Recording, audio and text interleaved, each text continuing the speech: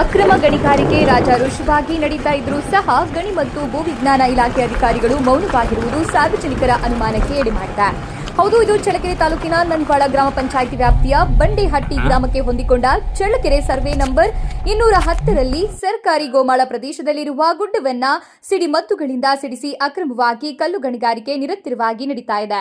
ಗಣಿ ಮತ್ತು ಭೂವಿಜ್ಞಾನ ಇಲಾಖೆಯ ಪರವಾನಗಿಯನ್ನ ಪಡೆಯುವುದರ ಜೊತೆಗೆ ಸಂಬಂಧಪಟ್ಟ ಇಲಾಖೆಗೆ ರಾಜಧನವನ್ನ ಪಾವತಿಸಬೇಕು. ನಂತರ ಗಣಿ ಹಾಗೂ ಭೂವಿಜ್ಞಾನ ಇಲಾಖೆಯವರು ಪರವಾನಗಿ ಪಡೆದ ವ್ಯಕ್ತಿಗಳಿಗೆ ಇಂತಿಷ್ಟು ವ್ಯಾಪ್ತಿ ಎಂದು ಗಡಿಯನ್ನ ಗುರುತಿಸಿಕೊಟ್ಟಿರುತ್ತಾರೆ. ಆ ಜಾಗವನ್ನು ಮಾತ್ರ ಕಲ್ಲು ಗಣಿಗಾರಿಕೆ ತೆಗೆಯಬೇಕೆಂಬ ನಿಯಮವಿದೆ. ಗಣಿ ಮತ್ತು ಭೂವಿಜ್ಞಾನ ಇಲಾಖೆ ನೀಡಿದ ಪರವಾನಗಿ ಅವಧಿ ಮುಗಿದರೂ ಸಹ ಅಕ್ರಮವಾಗಿ ರಾಜಾರೋಷವಾಗಿ ಅಕ್ರಮ ಗಣಿಗಾರಿಕೆ ಮಾಡುವ ಮೂಲಕ ಜಲ್ಲಿ ಪೌಡರ್ ಸಾಗಿಸಲಾಗುತ್ತದೆ.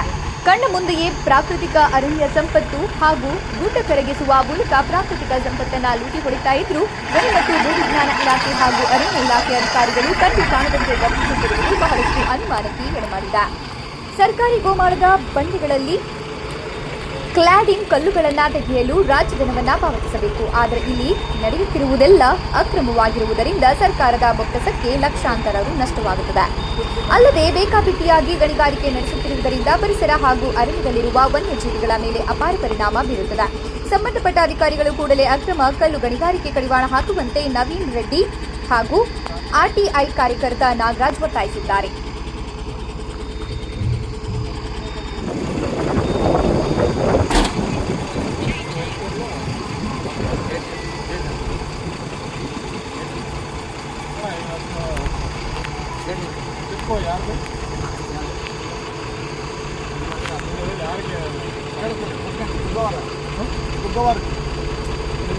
ಬುಧವಾರಕ್ಕೆ ಇದು ಯಾರ್ದು ಪ್ರೆಷರಿಂದ ಮಾಡ್ತಾ ಇದ್ದೀರಿ? ಅದೇ ಕೇಸ್ ಸರ್ ಅದು ಅದೊಂದೇ ಇರುತ್ತೆ. ಯಾವ ನಡೀತಾ ಇಲ್ವೋ ಅವನ ಪ್ರೆಷರ್ ಫಿಫ್ಟಿ ನಿಮ್ಗೆ ಕೊಟ್ಟಿಲ್ಲ, ಸಬ್ಸಿಡಿ ಕೊಡೋದಿಲ್ಲ. ಅದೇ ಟನ್ನಂತ ಕೊಡ್ತಾರೆ ಬಿಡ, ಟನ್ ಅಂತ ಕೊಡ್ತಾರೆ, ಫಿಫ್ಟಿ ಏನಿಲ್ಲ. ಇವತ್ತು ಕೊಡ್ತಾ ಇಲ್ಲ. ಇವತ್ತು ಎಷ್ಟು ಹೊಡ್ತೀವಿ ಬೆಳಿಗ್ಗೆ? ಎಷ್ಟು ಲಾರಿ ಹೊಡಿತಾರೆ? ಹೊಡಿತಾ ಅಂದಾಜು ಬಂದು ಇವತ್ತು ಗಾಡಿ ಯಾವ ಪ್ರೆಷರ್ ಖಾಲಿ ಹೊಡಿತಿರ್ತಾರೆ. ಒಂದು 10-12 ಗಾಡಿ ಡೈಲಿ 10-12 ಗಾಡಿ ಇರ್ತದೆ ಡೈಲಿ. ಒಟ್ಟು ಒಂದಿನ ಗೊತ್ತದಿಲ್ಲ. ಲಾಸ್ಟ್ ಯಾವ್ಯಾವತ್ತು ಮಾಡ್ತೀವಿ ಅದು ಗೊತ್ತು. ಇರೋದಿಲ್ಲ ಇವಾಗ ಡೀಟೇಲ್ ಕೊಟ್ಟಿಲ್ಲ.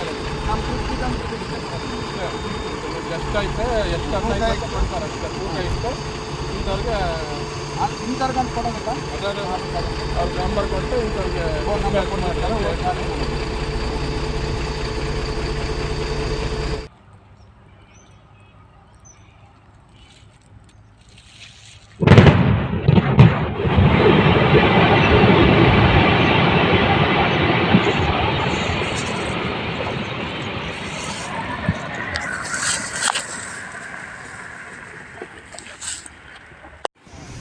ನನ್ನ ಹೆಸರು ನಾಗರಾಜ್ ಅಂತೇಳಿ, ಸಮಾಜ ಸೇವಕರ್ತ. ಈಗ ನಾವು ಈ ಹಿಂದೆ ಚಳ್ಳಕೆರೆ ಟೌನ್ ರಿಜಿಸ್ಟರ್ ನಂಬರ್ 260ರಲ್ಲಿ ಗಣಿಗಾರಿಕೆ ಮಾಡ್ತಕ್ಕಂಥ ವಿಚಾರದ ಬಗ್ಗೆ ನಾವು ಸುದ್ದಿ ಮಾಡಿದ್ವಿ. ಇದ್ರ ಜೊತೆಗೆ ನಾವು ಈ ರಿಜಿಸ್ಟರ್ ನಂಬರ್ 260ರಲ್ಲಿ ಸ್ಟಿಪ್ ಮಾಡಿ ಆರ್ಡರ್ ನಂಬರ್ ಇದೆ, ಅಂಗೀಕರಿಸಿ ಎಲ್ಲ ಇದ್ದರೂ ಕೂಡ ಅದನ್ನು ತಿರಸ್ಕರಿಸಿ ಅಕ್ರಮವಾಗಿ ಗಣಿಗಾರಿಕೆ ಮಾಡ್ತಕ್ಕಂಥದ್ದು ಇದು ಸಮಾಜದಲ್ಲಿ ಒಂದು ಕೆಟ್ಟ ಚಾಳ ಇದೆ. ಇದರ ಒಂದು ಹಿನ್ನೆಲೆಯಲ್ಲಿ ನಾವು ನಿನ್ನೆ ತಾನೇ ದಿನಾಂಕ 10/6/2025 ಮಾನ್ಯ ಉಪನಿರ್ದೇಶಕರು ಗಣಿ ಮತ್ತು ಭೂವಿಜ್ಞಾನ ಇಲಾಖೆ ರಮೇಶ್ ಇವರ ಭೇಟಿಯಾದಾಗ ಆ ಸ್ಥಳದಲ್ಲಿ ಯಾವುದೇ ಗಣಿಗಾರಿಕೆ ನಡೆಯುವುದಿಲ್ಲ, ನಾವು ಯಾವುದೇ ಪರ್ಮಿಟ್ ಕೊಟ್ಟಿಲ್ಲ ಅಂತಕ್ಕಂಥ ಅಂಶವನ್ನು ನಿನ್ನೆ ನಿಜಕ್ಕೂ ನಮಗೆ ಸ್ಪಷ್ಟವಾಗಿ ಮಾಹಿತಿ ಹೇಳಿದೆ. ಅದನ್ನು ನಾವು ನಮ್ಮ ಫೋನಲ್ಲಿ ರೆಕಾರ್ಡ್ ಕೂಡ ಮಾಡಿದ್ವಿ. ಆದಾಗಿ ಇವತ್ತು ನಾವು 11/6/2025 ಸುಮಾರು 11:15 ನಾವು ಗಂಟೆ ಒಳಗೆ ಅಲ್ಲಿ ಹೋದಾಗ ಒಂದು ತುಂಬಿದ ಲಾರಿ ಎದುರಾಗಿ ಅದರ ನಂಬರ್ ಕೇಳಿ ಅವ್ರ ಹತ್ರ ಟ್ರಿಪ್ ಶೀಟ್ ಕೂಡ ತಗೊಂಡಿದ್ವಿ. ಅದು ಟ್ರಿಪ್ ಚೀಟಿ ಇದು ಪರ್ಮಿಟ್ ಚೀಟಿ ಕೂಡ ಇದೆ, ಗಾಡಿ ನಂಬರ್ ಇದೆ. ಮತ್ತು ನಾವು ಅಲ್ಲಿ ಗಣಿಗಾರಿಕೆ ಮಾಡ್ತಕ್ಕಂಥ ಒಬ್ಬ ಅಧಿಕೃತ ಗುತ್ತಿಗೆದಾರನೋ ಯಾರು ಗೊತ್ತಿಲ್ಲ ನಮಗೆ. ಅವ್ರು ಕರೆದು ಕೇಳಿದಾಗ ನಾವೆಲ್ಲ ವಿಚಾರ ಕೆಲವು ಹೇಳಿದ್ವಿ ಅಷ್ಟೇ.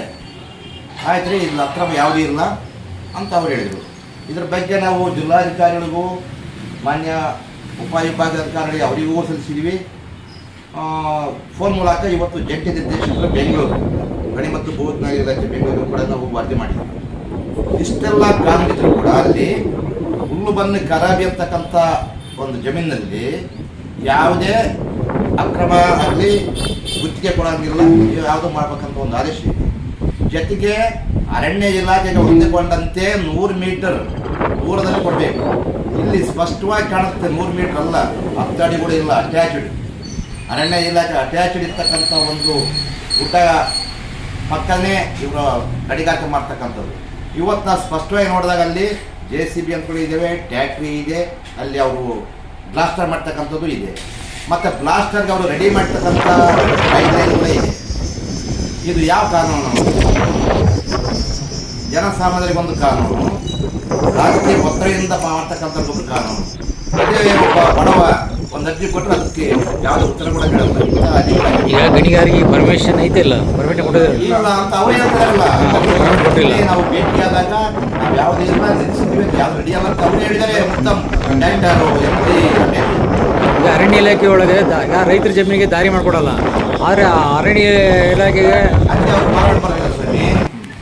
ಮಾಮೂಲು ಬರೋದ್ರಿಂದ ಅವ್ರು ಏನು ಬೇಕಾದ್ರೆ ಮಾಡ್ತಾರೆ. ಅದೇ ಒಂದು ರೈತನಿಗೆ ಒಂದು ದಾರಿ ವ್ಯವಸ್ಥೆ ಇದ್ದಾಗ ಬೇಕಾದಾಗ ಅದು ಒಂದು ಕಾನೂನು ಇಲ್ಲ ಅಂತ ಹೇಳ್ತಾರೆ.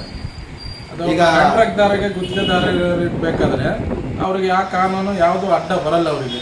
ಹಾಗಾಗಿ ನಿನ್ನೆ ಹೋಗಿ ಕೇಳಿದಾಗ ಅವ್ರು ಏನಂದ್ರು, ನಿನ್ನೆ ಹೋಗಿ ಕೇಳಿದಾಗ ಅವರು ಇಲ್ಲಪ್ಪ ಅದು ಕ್ಲೋಸ್ ಆಗಿದೆ, ಮಾಡ್ತಾ ಇಲ್ಲ, ಕ್ಲೋಸ್ ಆಗಿದೆ ಅಂತ ಹೇಳಿದ್ರು. ಅದಕ್ಕೆ ನಾವೇನು ಹೇಳಿದ್ವಿ, ಅಲ್ಲಿ ಮಾಡ್ತಾ ಇದ್ದಾರೆ ಸರ್ ಅಂತ ಹೇಳಿದ್ವಿ. ಮಾಡ್ತಾ ಇದ್ದಾರೆ ಅಂದರೆ ಆದ್ರೆ ನಾನು ಸ್ಪಾಟಿಗೆ ಕಳಿಸ್ತೀನಿ ಅಂದರು. ನಾನು ಬೆಳಿಗ್ಗೆ ಕೂಡ ಮತ್ತು ಲಾರಿ ಬರೋದು ನಾನು ಕಣ್ಣಾರೆ ನೋಡಿ ನಾನು ವೀಕ್ಷಣೆ ಮಾಡಿದಾಗ ಅವರು ಲಾರಿಗಳು ಬಂದಾಗ ನಾನು ಮತ್ತೆ ಕಾಲ್ ಮಾಡಿದೆ, ವಿಡಿಯೋರಿಗೆ ಕಾಲ್ ಮಾಡಿದ್ರೆ ನಾನು ಕಳಿಸ್ತೀನಿ ಅಂತ. ಆದರೆ ಅವ್ರು ಯಾವುದೂ ಕಳಿಸ್ಲಿಲ್ಲ. ನಾವು ಸ್ಪಾಟಿಗೆ ಹೋಗಿ ನೋಡಿದಾಗ ಲಾರಿಗಳೆಲ್ಲ ಹೊಡಿತಿದ್ವು. ಅವ್ರು ನಾವು ಹೋಗಿ ಟ್ರಿಪ್ ಚೀಟಿ ಕೇಳಿದ್ರೆ ಟ್ರಿಪ್ ಚೀಟಿ ಇದ್ದಿಲ್ಲ ಅವ್ರ ಹತ್ರ. ಪರ್ಮಿಟ್ ಚೀಟಿ ಒಂದಿತ್ತು ಮತ್ತು ಇಷ್ಟು ಟನ್ ಇತ್ತು ಅಂತ ಒಂದು ಚೀಟಿ ಒಂದಿತ್ತು. ಅಷ್ಟು ಬಿಟ್ಟರೆ ಅವ್ರ ಹತ್ರ ಏನಿಲ್ಲ. ಇವರೇ DD ಅವರೇ ಇವರಿಗೆ ಕೊಟ್ಟು ಅಥವಾ ಶಾಮೀಲಾಗಿ ಅವರು ಇವ್ರ ಜೊತೆಗೆ ಶಾಮೀಲಾಗಿ ಈ ಥರ ಎಲ್ಲ ಅಕ್ರಮವಾಗಿ ಮಾಡೋಕ್ಕೆ ಅವಕಾಶ ಮಾಡಿಕೊಟ್ಟಿದ್ದಾರೆ ಅನ್ನೋದು ನಮ್ಮ ಅಭಿಪ್ರಾಯ. ಇದು ಅಕ್ರಮ ಆಗಿದ್ದರಿಂದ ಈಗ ಸರ್ಕಾರಕ್ಕೂ ಕೋಟಿ ಲಕ್ಷ ರಾಜಧನ ಹೆಚ್ಚು ಕಮ್ಮಿ ನಮ್ಮ ಗಮನಕ್ಕೆ ಬಂದಿರೋದು.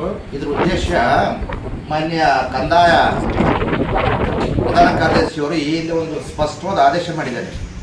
ಪರಿಸರ ಮತ್ತು ಕಾಡು ವನ್ಯಜೀವಿಗಳಿಗೆ ತೊಂದರೆ ಆಗುತ್ತಂತ ಇದಕ್ಕೆ ಉದಾಹರಣೆ ಕೂಡ ಕೊಟ್ಟಿದ್ದಾರೆ. ಎಲ್ಲಿ ಚಿಕ್ಕಮಗಳೂರು ಹತ್ರ ಚಿರತೆ ಹಾವಳಿ, ಇನ್ನು ಬೇರೆ ಬೇರೆ ಕಡೆ ವನ್ಯಮೃಗಗಳಿಂದ ಅಪಾಯ ಆಗಿದೆ ಅಂತಕ್ಕಂಥ. ಯಾಕೆ ಆ ಬ್ಲಾಸ್ಟರ್ ಶಬ್ದಕ್ಕೆ ಹಳ್ಳಿಗೆ ನುಗ್ತವೆ ಕಾಡು ಪ್ರಾಣಿಗಳು, ಅದಕ್ಕೆ ವನ್ಯಜೀವಿಗಳಿಗೆ ಇಂಥವೆಲ್ಲ ಆದೇಶ ಪ್ರಧಾನ ಕಾರ್ಯದರ್ಶಿ ಆದೇಶ ಬೆಂಗಳೂರು ಮಾಡಿದ್ರು ಕೂಡ ಇವರು ಏನೋ ಒಂದು ನಾವು ಟಾಸ್ಕ್ ಫೋರ್ಸ್ನಲ್ಲಿ ಇಡ್ತೀವಿ, ಟಾಸ್ಕ್ ಫೋರ್ಸ್ ಮೀಟಿಂಗ್ 22ಕ್ಕೆ ಇದೆ ಅಂತೆ, ಜಿಲ್ಲಾಧಿಕಾರಿ ಮುಂದೆ ನಾವು ಮಂಡಿಸ್ತೀವಿ ಅಂತ ನಿನ್ನೆ ವಿಜಯ ಉಪಾಧ್ಯಕ್ಷರು ಹೇಳಿದ್ದಾರೆ. ಇವತ್ತಾಗಲೇ ಅಕ್ರಮವಾಗಿ ಲಾರಿ ಟ್ರಿಪ್ ಪಡಿತಾನೆ ಇದೆ. ಆ ಲಾರಿ ಡ್ರೈವರ್ ಕೇಳಿದ್ರೆ ಇವತ್ತು ಗಾಡಿ 2ನೇ ಟ್ರಿಪ್ ಇದು ಅಂತೇಳಿ ಒಂದು ಲಾರಿ ಅಂತ ಎಷ್ಟು ಲಾರಿ ಬರ್ತೀವಿ ಕಾಲ್ತಿರ ಆಗುತ್ತಾ? ನಾವು ಪದೇ ವೀಕ್ಷಣೆ ಮಾಡೋದ್ರಿಂದ ನಮಗೆ ಕೂಡ ಜೀವದ ಭಯ ಇದೆ. ಯಾಕೆ ಹೇಳ್ರಿ, ಇದು ಈಗಿನ ಒಂದು ಸಮಾಜದಲ್ಲಿ ಯಾರು ಒಳ್ಳೇದು ಕೇಳ್ತಾರೋ ಹೋರಾಟ ಮಾಡ್ತಾರೋ ಅವರಿಗೆ ಒಂದು ಕುತ್ತು. ಈಗ ನಾವು ಡೈಲಿ ಪೇಪರ್ ನೋಡ್ತಾ ಇರ್ತೀವಿ, ಹೋರಾಟ ಮಾಡೋದು ಭಾಳ ತಪ್ಪು ಅಂತ ಅವ್ರ ಉದ್ದೇಶ. ಅನ್ಯಾಯಕ್ಕೆ ನಾವು ಕುಮ್ಮಕ್ಕೆ ಕೊಟ್ಟರೆ ಏನು ಬೇಕಾದ್ರೆ ಮಾಡ್ತಾರೆ. ಇದರಿಂದ ಸರ್ಕಾರ ಮಟ್ಟಕ್ಕೆ ನಾವು ಲೋಕಾಯುಕ್ತ ಕೇಸ್ ಮಾಡ್ಬೇಕಂತ ನಾವಾಗಲೇ ಮನವಿ ಮಾಡಿದ್ವಿ. ಒಟ್ಟು ಫಾರಮಲ್ಲಿ ಲೋಕಾಯುಕ್ತ ಕೇಸ್ ಮಾಡ್ಬೇಕಂತ ನಾವಾಗಲೇ ಮಾಡಿದ್ವಿ.